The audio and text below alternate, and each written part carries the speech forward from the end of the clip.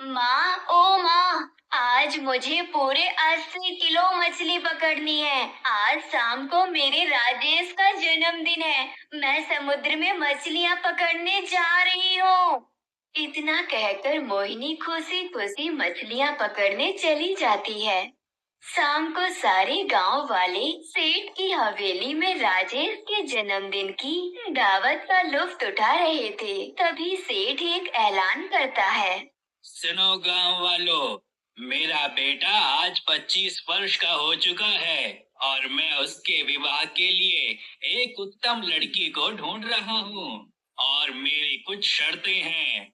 ये सुनकर मोहिनी की आंखें चमक उठती है, क्योंकि वो भी राजेश को बचपन से प्यार करती थी। सेठ आगे अपनी शर्त को बताता है। मेरे विवाह के समय मेरे ससुर ने मुझसे सबसे नायाब और अद्भुत चीजों की मांग की थी और मैंने उन्हें वो चीजें लाकर भी दी थी। इसलिए उसी परंपरा को आगे बढ़ाते हुए मैं यहाँ ऐलान करता हूँ कि जो भी सबसे नायाब चीज को मेरे पास लेकर आएगा, मैं उसी को अपनी पुत्र वधू के रूप में स्वीकार करूंगा और उसका विवाह मैं अपने बेटे राजेश से करूंगा।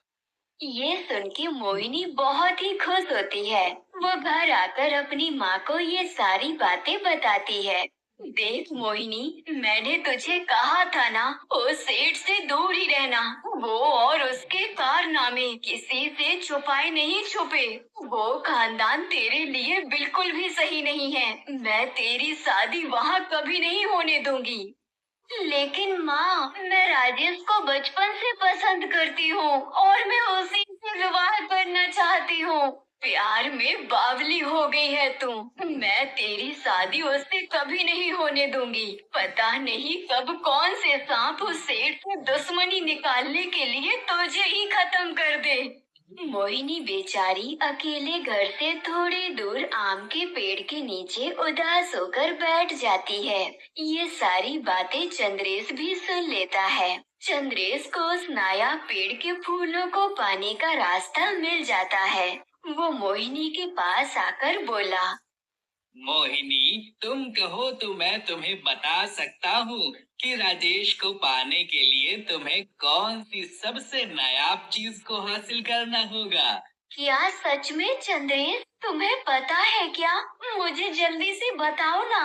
मैं वादा करती हूँ, इस बारे में मैं किसी को नहीं बताऊंगी, अपनी माँ को भी नहीं, कसम से। मोहिनी, तुम्हें मालूम है कि सेठ ने उस बगीचे में इतना कड़ा पहरा क्यों लगाया है? क्योंकि वहीं पर सबसे नायाब चीज है। चंद्रेश उसे बताता है कि जब भी कोई साफ दिल का इंसान उस पेड़ को छूता है तो उस पेड़ की डाली डाली चमक उठती है और उसमें जो फूल लगते हैं उनके बीज किसी नागमणि से कम नहीं होते और नागमणि जैसी दिखने वाली हर चीज नायाब होती है। मोहिनी, क्या तुम उन फूलों को लेकर आ पाओगी? क्योंकि ये काम जोखिम भरा है और अगर सेठ को पता चला तो वो तुम्हें जान से मार देगा।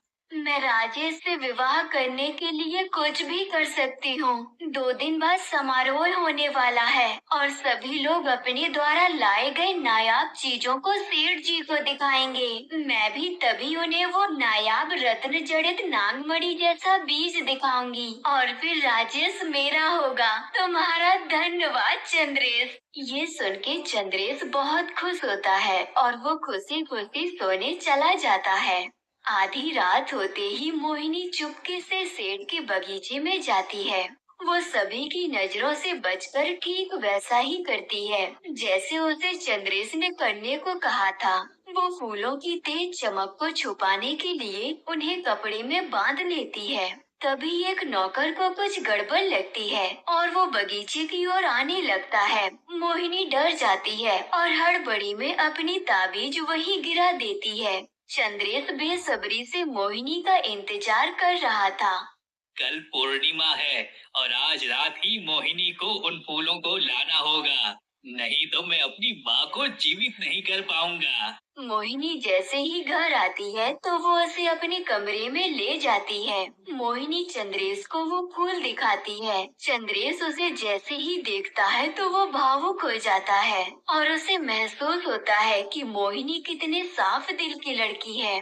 वो उस फूल की सारी पत्तियों को निकालकर उस नागमणि जैसे दिखने वाला नायाब बीज मोहिनी को देता है। मोहिनी बिना शोर किए चुपचाप उसे अपने कमरे में ले जाती है।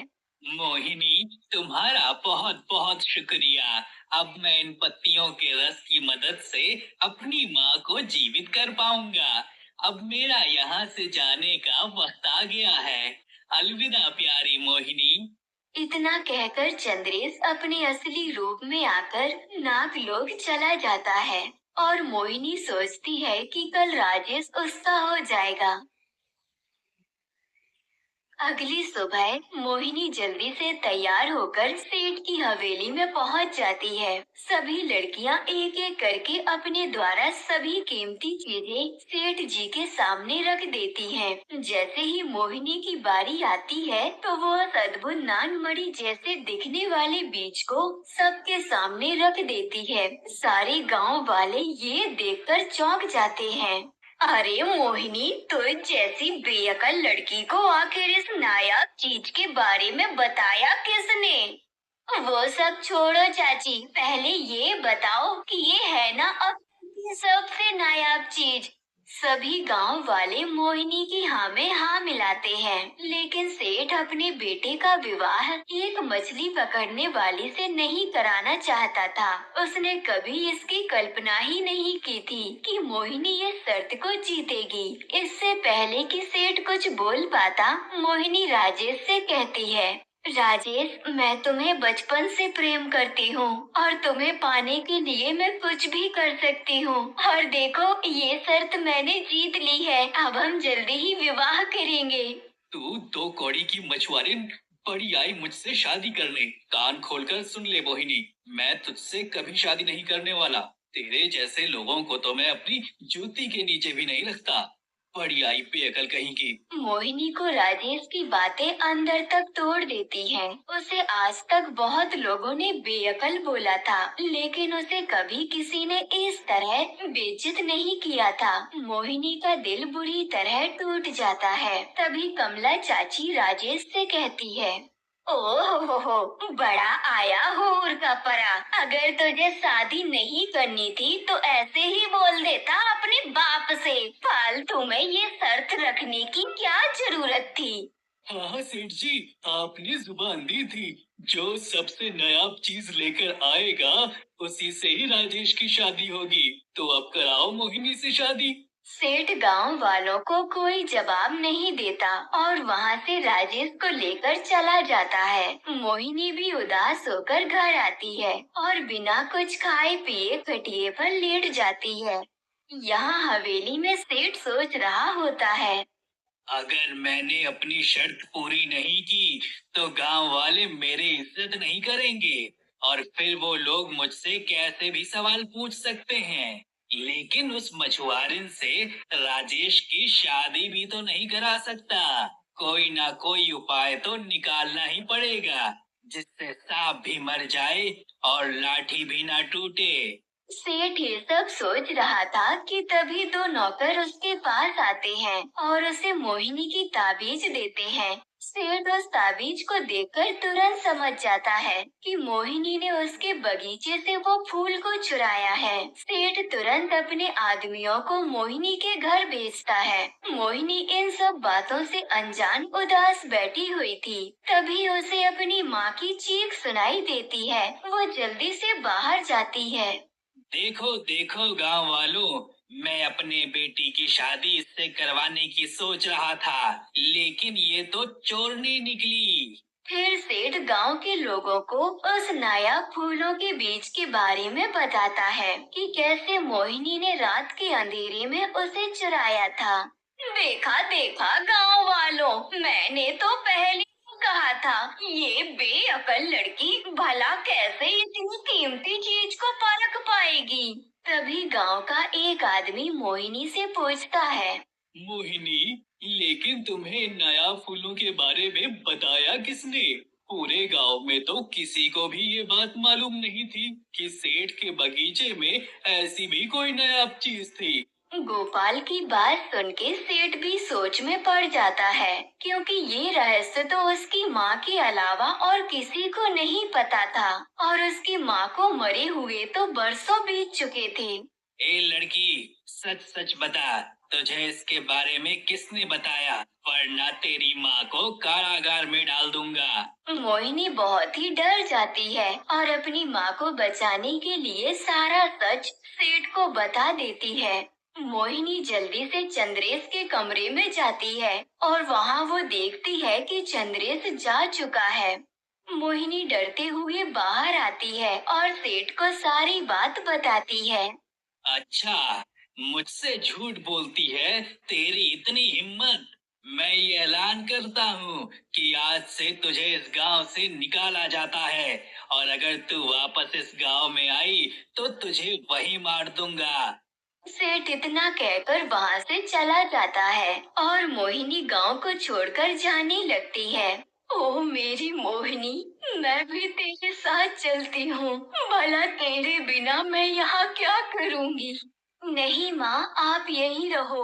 मुझे चंद्रेश को ढूंढना है। मुझे इस बात का पता लगाना है कि आखिर जो बात पूरे गांव में किसी को नहीं पता, वो उसे कैसे पता थी। और अगर उसे ये सारी बातें पहले से पता थी, तो इसका मतलब उसने मेरे साथ ही जानबूझकर किया। मोहिनी चंद्रेश को ढूंढने गांव से बहुत दूर आ जाती है। दूसरी तरफ चंद्रेश को मोहिनी की बहुत याद आ रही थी।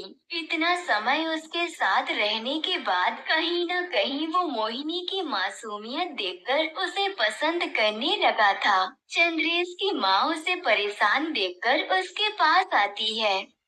क्या हुआ चंद्रेश, तुम्हें कोई परेशानी है क्या? नहीं माँ, मैं ठीक हूँ।